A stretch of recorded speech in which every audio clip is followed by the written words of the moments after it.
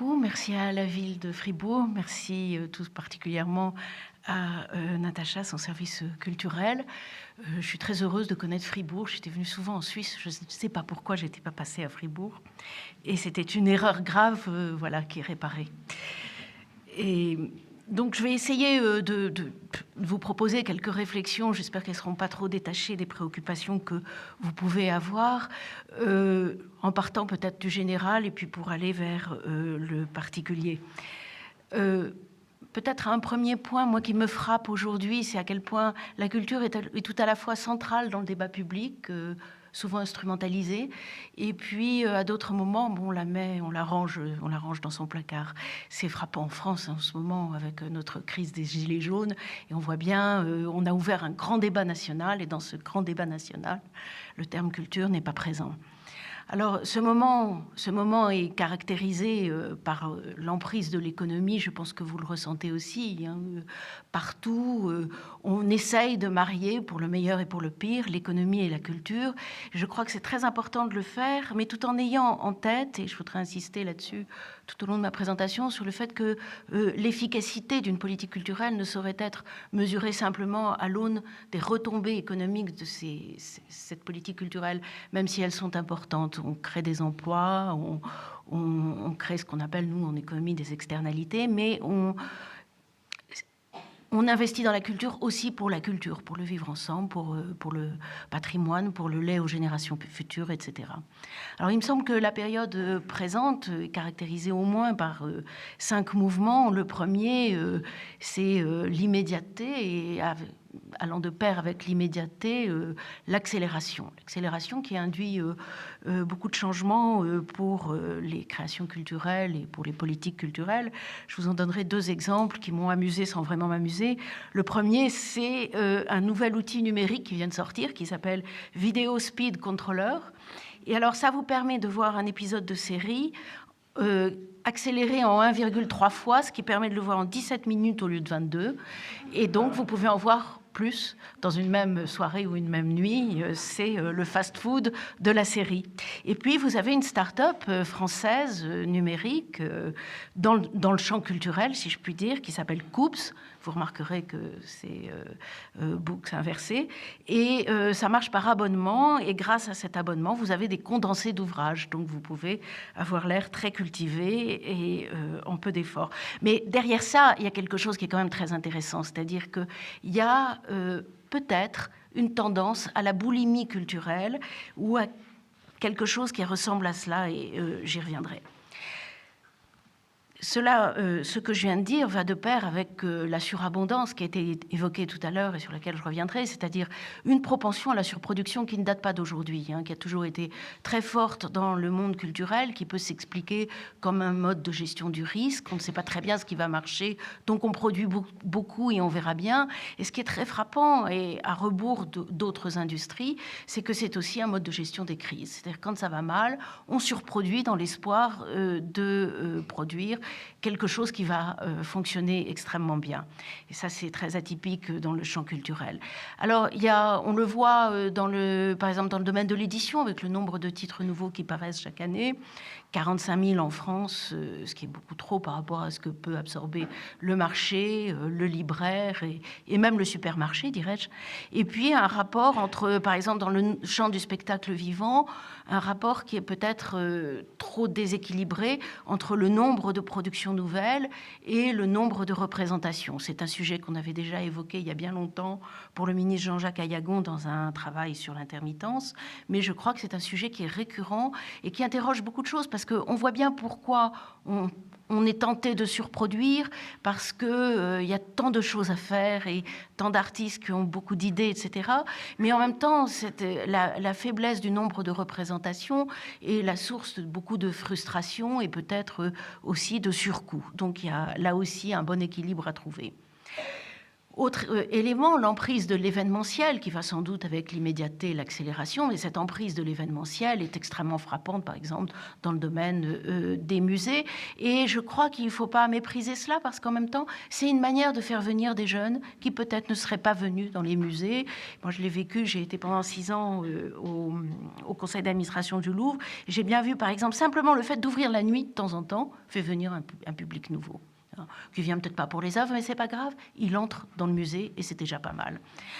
Une dialectique de l'ouverture et de l'enfermement, on le sait bien sur les réseaux sociaux, on a beaucoup d'amis, et ces amis, ce sont des gens qui pensent comme vous. C'est-à-dire qu'à la fois, on ouvre vers de nouveaux amis qu'on n'aurait peut-être pas rencontrés dans la vraie vie, si je puis dire, mais en même temps, on pense tous la même chose, et donc on a à la fois de l'enfermement et de l'ouverture, et ce qui peut donner lieu d'ailleurs au mouvement peut-être un peu inquiétant au point de vue idéologique qu'on rencontre aujourd'hui. Et enfin, l'individualisation des pratiques culturelles sur les écrans tout particulièrement.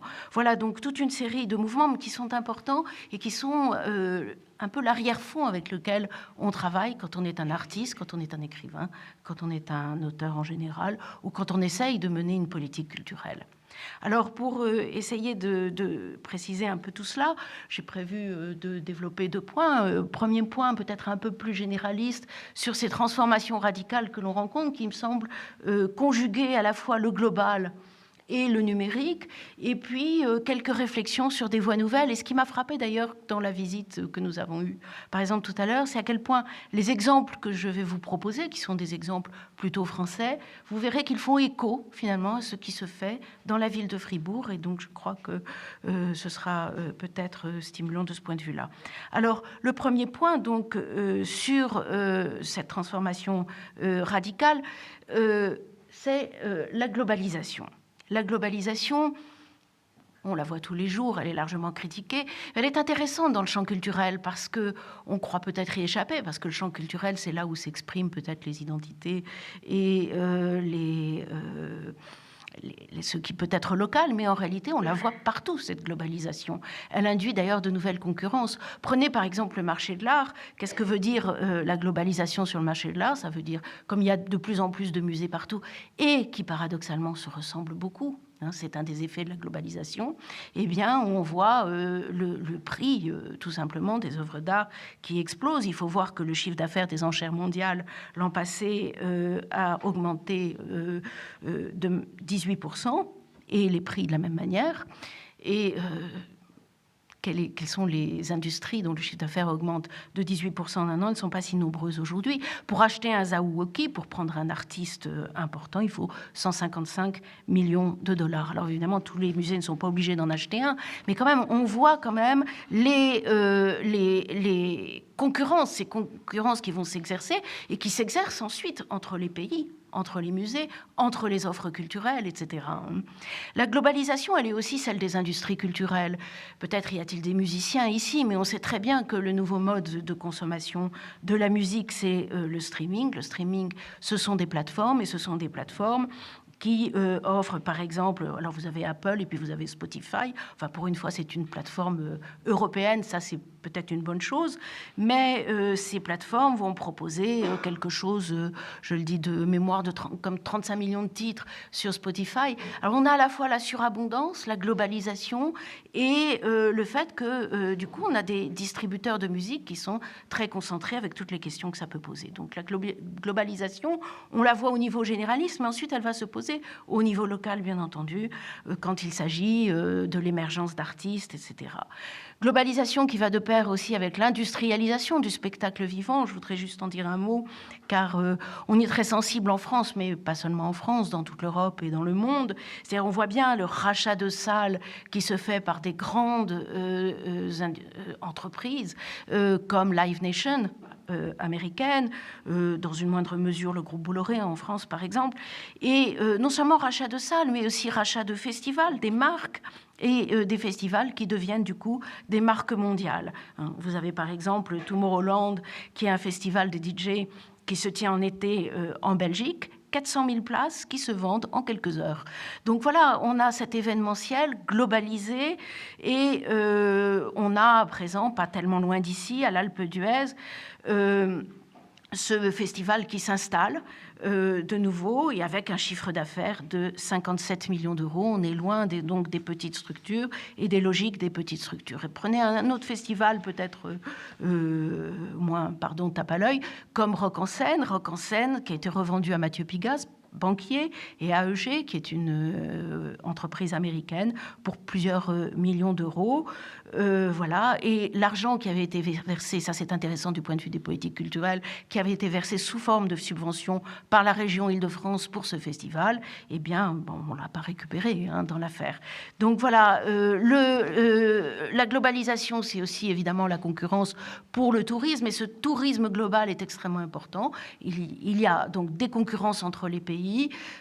C'est une industrie qui croît extrêmement vite, et évidemment avec toutes les problématiques de sur-effectifs touristiques et de destruction via le tourisme. J'y reviendrai si on a le temps. Alors, ce qui me semble intéressant, c'est qu'en même temps, la globalisation, elle induit un double phénomène qui a été mis en évidence par un excellent économiste qui s'appelle Tyler Cowen, c'est qu'elle réduit sans doute la diversité entre les sociétés, de même qu'elle réduit un peu les inégalités économiques entre les sociétés, mais en revanche, elle produit de la diversité à l'intérieur des sociétés. On voit bien, aujourd'hui, on se promène à Fribourg et on a différentes gastronomies, on a aussi des musiques du monde, etc. Donc, autrement dit, on a quand même cet effet de diversité à l'intérieur des sociétés qui est extrêmement intéressant, avec des phénomènes de remix, etc., que je crois assez forts. Alors, j'ajouterai aussi qu'il y a de nouvelles scènes artistiques qui peuvent se développer aussi à la faveur de la mondialisation. Quand on pense par exemple à la scène artistique africaine qui est extrêmement aujourd'hui l'art contemporain africain qui devient, si je puis dire, à la mode, il a été à travers un mouvement qui est intéressant à observer. Il y a eu des grandes expositions comme Magicien de la Terre en 89 ou Africa Remix, et ces grandes expositions, on les a vues pas seulement en France, ce pays très lié évidemment à tout le continent africain, mais en Belgique bien entendu pour des raisons analogues, mais aux États-Unis, mais aussi au Royaume-Uni, etc., avec des artistes de premier plan, comme la photographe Sédou Keïta au Grand Palais en 2016, etc.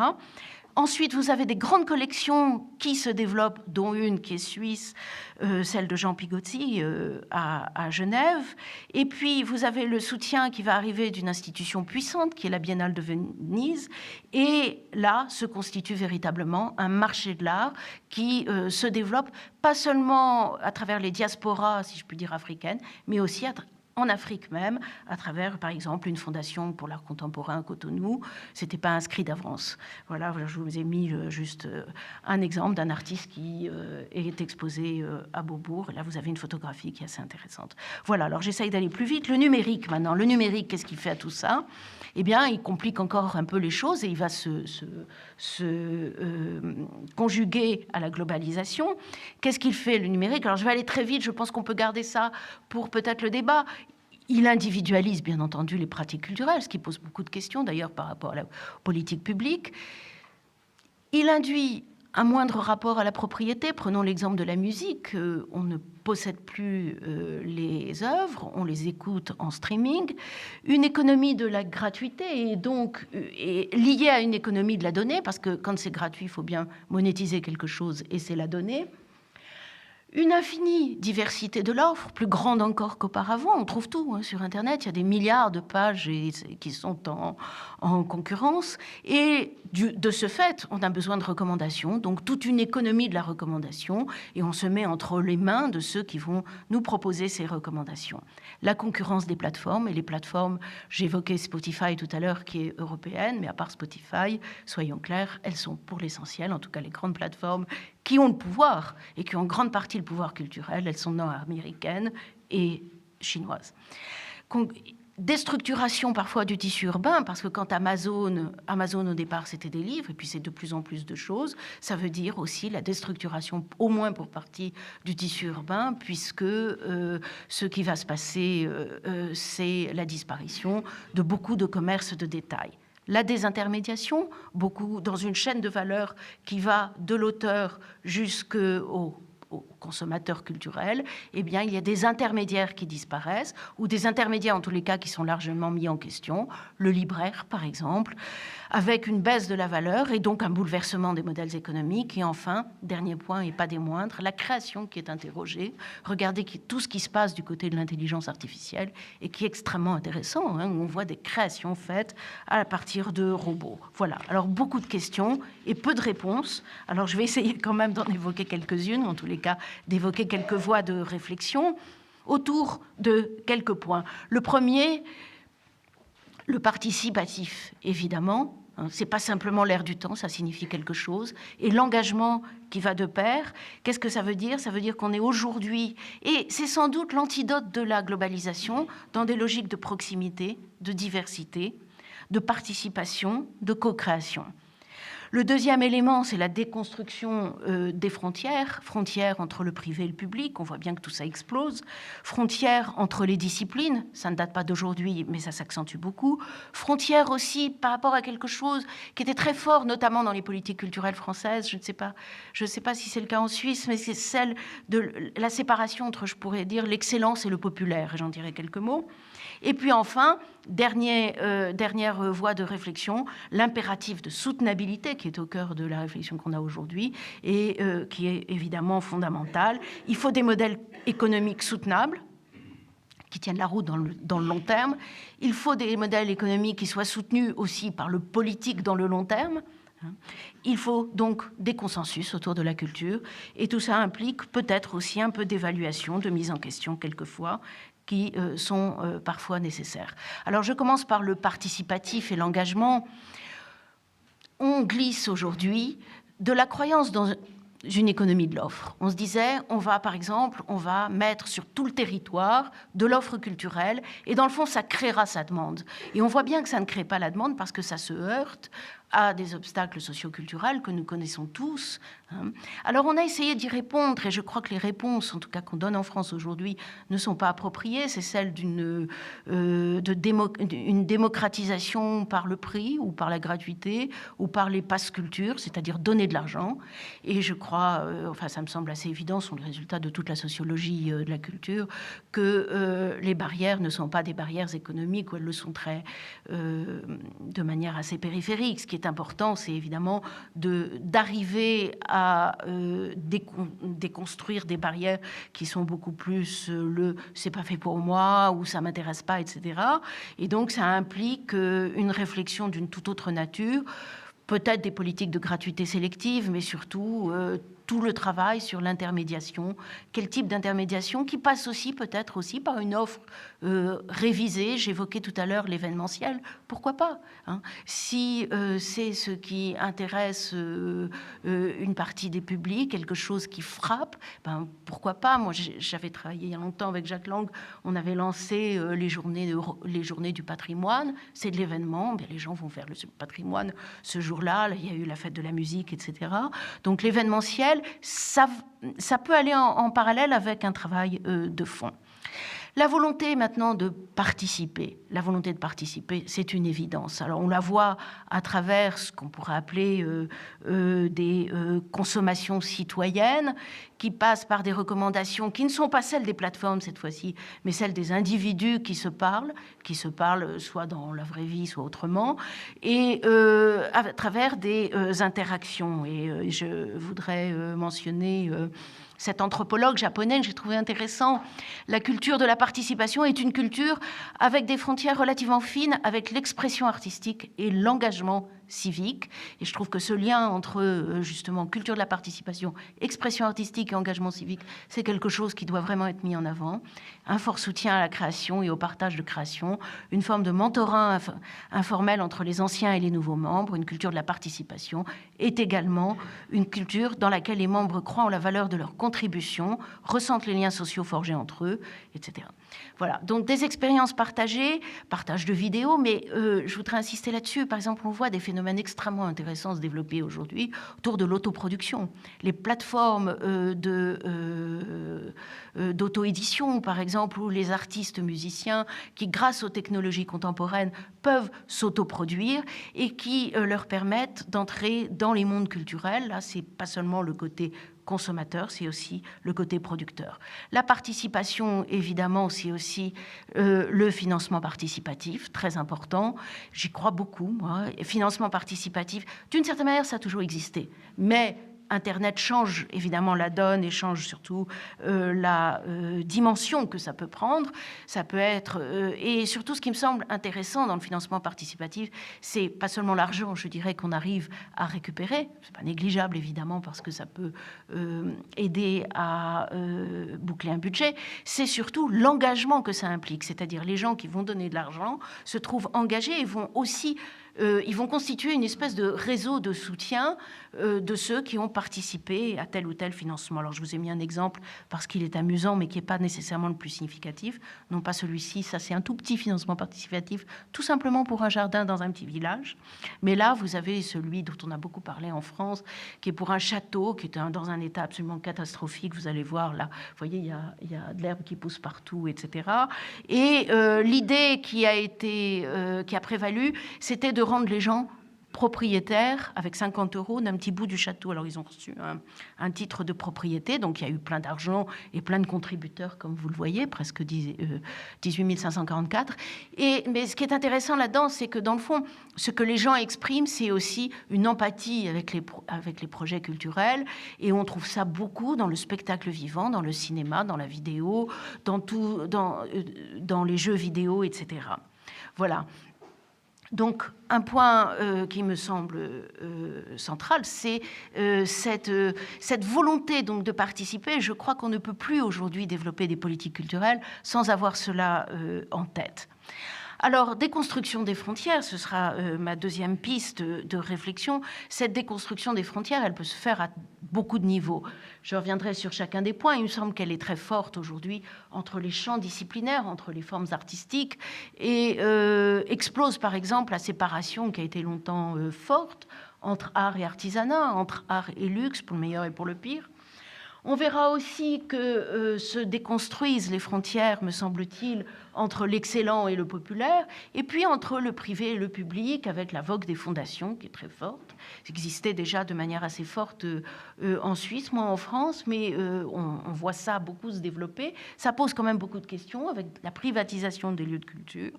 Et je crois que là, il faut à la fois être, je dirais, heureux et malheureux de tout ce qui se passe. Alors, on va commencer par le bonheur quand même. Entre champs disciplinaires, là vous avez une photo du Palais des Papes lors d'Avignon, lors du Festival d'Avignon. On voit toute cette foule. Ce qui est très frappant, c'est qu'aujourd'hui, un festival de spectacle vivant, ça n'est plus un festival de théâtre ou de danse, etc. Alors, ça fait longtemps que ça existe, mais maintenant, c'est devenu très, très fort. C'est-à-dire qu'on a fait éclater ces frontières, et je crois que c'est une très bonne chose. Le deuxième élément, entre art et artisanat, regardez, c'est très intéressant, ça. Au Japon, où le rapport à la culture est très différent, et au patrimoine, on considère que le patrimoine, c'est vivant.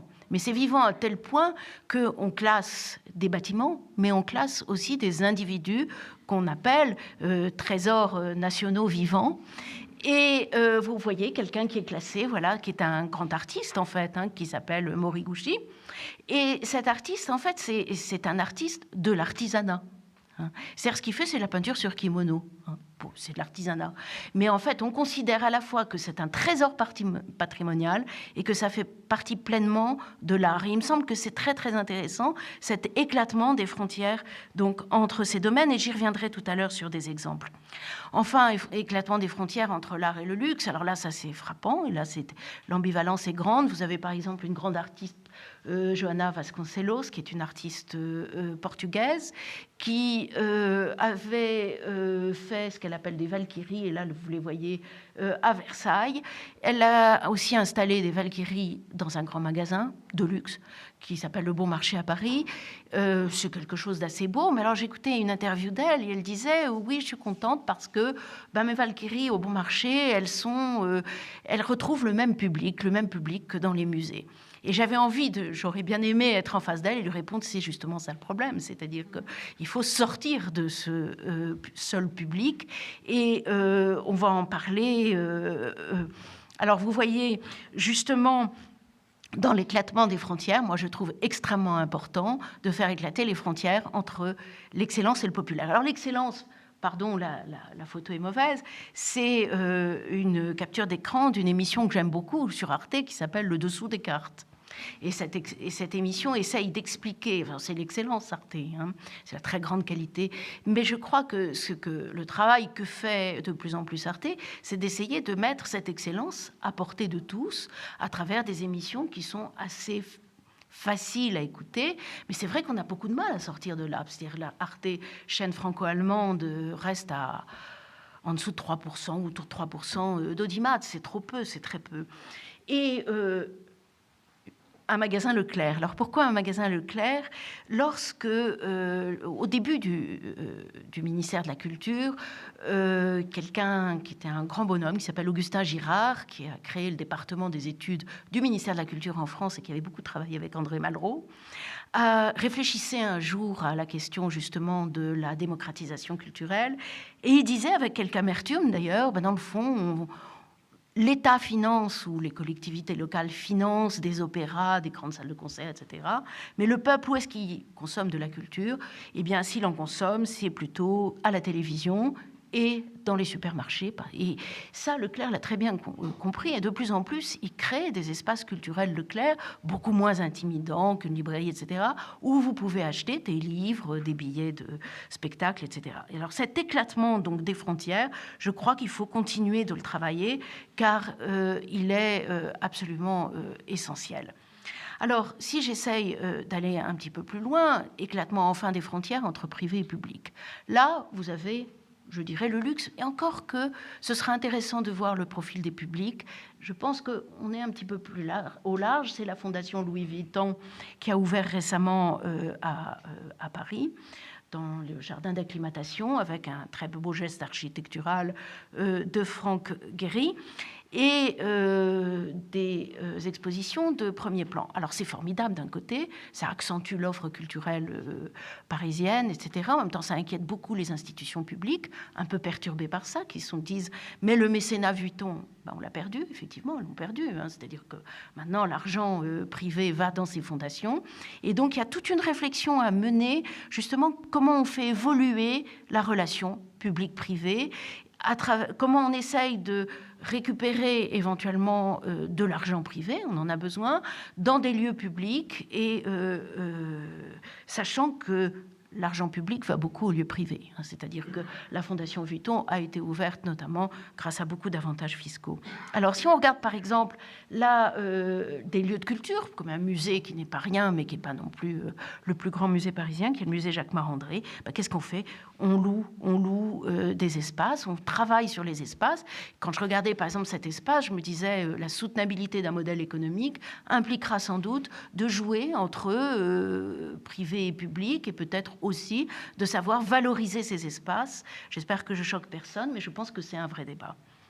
Alors, éclatement des frontières publiques-privées. Alors, on ne voit pas très bien, mais c'est une nouvelle salle de théâtre qui vient de s'installer à Paris, s'appelle La Scala, et fait un formidable travail. Et là aussi, ce sont deux personnes privées, passionnées de théâtre, et qui se lancent.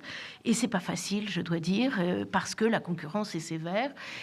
Vous savez, on a, en matière de politique culturelle, on a toujours envie de développer l'offre, comme je le disais, mais il faut évidemment toujours réfléchir à la soutenabilité de cette offre. Alors, ça m'amène à mon dernier point sur la soutenabilité des modèles, parce que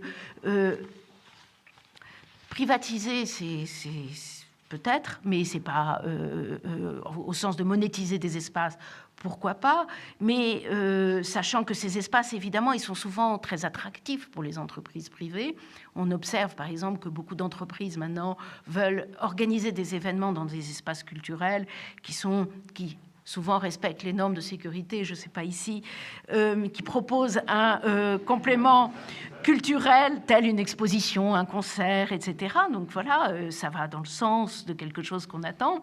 Mais tout cela se fait aussi, c'est ça qui est très intéressant, de plus en plus dans des lieux de taille intermédiaire.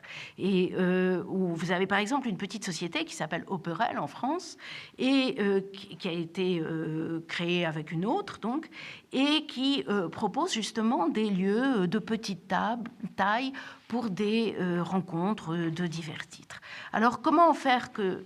Oula, je fais tout sauter, moi. Pour faire que tout cela soit soutenable. Alors, je vais aller très vite. Je vais évoquer quelques éléments, ce qu'on appelle la longue traîne, je vous ai expliqué. La question du retour vers le présentiel, qui me semble extrêmement important, celle des écosystèmes. J'évoquerai le cas de Pantin, mais qui me semble rebondir un peu avec ce qu'on voit ici. Le réenchantement des territoires, et puis peut-être quelques mots sur l'environnement. Donc voilà, tout ça très vite. J'ai un peu dépassé. Je prends un petit peu. Hein, ça fera moins de discussion. Voilà. Alors, la première chose sur la polarité, ce que je trouve très très important, c'est qu'on est entré, je le disais tout à l'heure, hein, avec la mondialisation, dans des situations de méga concerts qui marchent, disons-le, hein, du feu de Dieu. Il y en a en Suisse, il y en a beaucoup. Je crois que c'est très très important de trouver l'équilibre avec des structures qui, elles, sont artisanales, semi-artisanales, c'est ce qu'essayent de faire même par exemple des petits lieux relatifs, hein, comme le Théâtre des Bouffes du Nord à Paris, qui est un théâtre public, et qui essaye de faire venir, par exemple, Camille, chanteuse. Voilà, qu'est-ce qu'on essaye de faire? On essaye de tenir les deux bouts de l'histoire. Les deux bouts de l'histoire, en économie, allez, un tout petit peu d'économie, ça s'appelle la longue traîne. Qu'est-ce que ça veut dire, la longue traîne? Alors, ça veut dire qu'on vend, mais on produit aussi, hein, très peu de best-sellers, en beaucoup d'exemplaires. Vous voyez les quantités qui montent là-haut. Et de l'autre côté, c'est ça la longue traîne, c'est la longue traîne de toutes ces œuvres qui se vendent très peu. Et l'idée qui a commencé à prévaloir chez les économistes et à partir d'un travail qui avait été fait en fait par un journaliste, c'est de se dire que peut-être ce sur quoi il faut travailler, on trouvera toujours au milieu des choses qui se vendent moyennement. Mais ce qui est intéressant, c'est d'essayer de faire remonter les produits de niche. Internet y aide, hein, parce qu'avec Internet, par exemple, si vous avez un public même d'un spectacle vivant, très disséminé dans le monde, vous allez pouvoir atteindre ce public physiquement disséminé, vous l'atteignez virtuellement grâce à Internet. Ça implique évidemment de se faire connaître. Mais en tous les cas, les promesses de la longue traîne ne sont pas négligeables et c'est un des thèmes qui est important aujourd'hui dans le monde qui réfléchit donc à comment on peut faire vivre les produits de niche autrement grâce justement en utilisant les réseaux sociaux. Jouer sur le présentiel. Vous savez, la première fois que j'ai entendu ça, j'étais un colloque académique à Princeton, et il y avait un universitaire qui avait expliqué, c'était pourtant il y a des années, il avait expliqué que les artistes désormais gagneraient plus, en tous les cas dans les musiques actuelles, etc., gagneraient plus grâce aux concerts que grâce aux disques. Les disques n'avaient pas encore quasi disparu. Et c'est une idée importante et on retrouve ça, regardez par exemple, moi je suis très frappée par le fait que malgré les écrans, il y a beaucoup de gens dans les salles de cinéma. Malgré l'Internet, il y a beaucoup de gens dans les salles de spectacle. Et quand on s'interroge là-dessus, on se dit qu'est-ce qui se passe? Eh bien les gens ont justement besoin de l'antidote. C'est-à-dire que plus ils sont individualisés avec des écrans, et plus, paradoxalement, a priori, mais en réalité, ce n'est pas du tout paradoxal, ça s'explique très bien, ils retournent dans les salles parce qu'ils y recherchent, alors non seulement une consommation culturelle, dirais-je, mais aussi une expérience, un moment de socialisation. Et une offre culturelle doit être aujourd'hui, je crois, pour être durable, un moment de socialisation. C'est pour ça que j'ai mis cette image de librairie. Les librairies qui tiennent le coup aujourd'hui, ce sont les librairies qui offrent pas seulement la possibilité d'acheter des livres, on peut très bien sur Amazon, il y a même plus d'offres, mais aussi non seulement du conseil, mais de la socialisation, quelque chose qui se passe et qui fait qu'on sort de chez soi et que l'individualisation est moins dure à vivre. De même, voilà, je vous ai mis le théâtre de l'Atelier qui est plein. Là, j'y étais la semaine dernière, j'ai eu du mal à avoir des places. Et voilà, il se passe vraiment quelque chose sur ce terrain-là. Les écosystèmes, essentiels. Je donne un exemple, celui de Pantin. Pourquoi j'ai choisi Pantin? Pantin, c'est dans le nord de Paris, c'est une banlieue qui était pauvre et qui est en train d'exploser littéralement. Qu'est-ce qui s'est passé? La ville de Pantin, très intelligemment, a décidé de jouer, pas seulement sur l'art, l'artisanat, l'attrait pour des gens qui peuvent plus se payer, il faut bien dire ce qui est, qui peuvent plus habiter à Paris, essayer de faire venir des écoles, etc. Bâtir un écosystème. Et je crois que ça, c'est absolument essentiel. Par exemple, j'ai un petit peu travaillé sur le Louvre à Lens pour l'instant. Le Louvre marche très très bien. Hein. Les gens viennent, ils prennent le TGV, ils arrivent à Lens, ils descendent du TGV, ils rentrent dans un bus, ils vont au Louvre, ils reprennent le bus, ils repartent. Et il ne se passe rien pour Lens. Donc, bâtir des écosystèmes, c'est absolument essentiel. Et ce qui est intéressant aussi à Pantin, c'est qu'on a essayé aussi de marier l'art et l'écologie. Je donne l'exemple d'arbustes, etc., de plantes, mais avec des systèmes aussi de récupération des eaux. Enfin, une ville qui se repense, et tout cela s'est fait notamment autour d'un bâtiment qui est devenu un peu phare. Ce sont les anciens magasins généraux de Pantin. Je crois que ça fait écho un petit peu à des choses qui se passent ici. On a une logique de ce qu'on appelle en économie ou en géographie économique des clusters, c'est-à-dire vraiment une mise en réseau d'entreprises, etc. Alors, je voudrais, j'ai presque fini, donner un dernier exemple qui me semble tout à fait, là aussi, essentiel, réenchanter les territoires. On y est un petit peu à Pantin, on y est encore plus ici.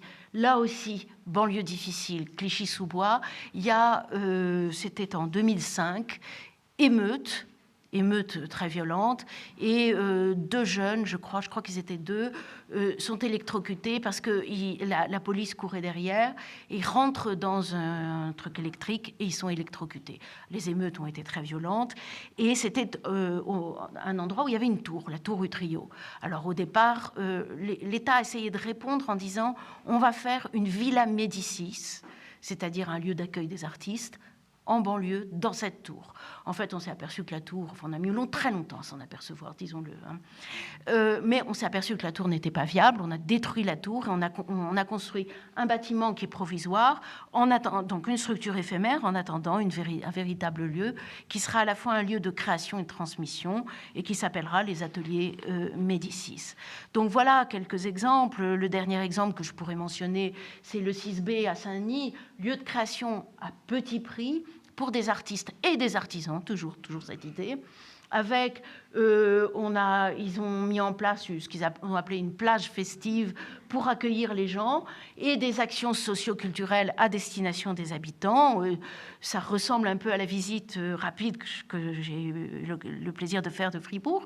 Et à propos du 6B, ce qui est intéressant, c'est qu'un des architectes de ce lieu explique que c'est pas seulement pour des projets alternatifs, c'est aussi pour répondre à des besoins du territoire de toutes sortes.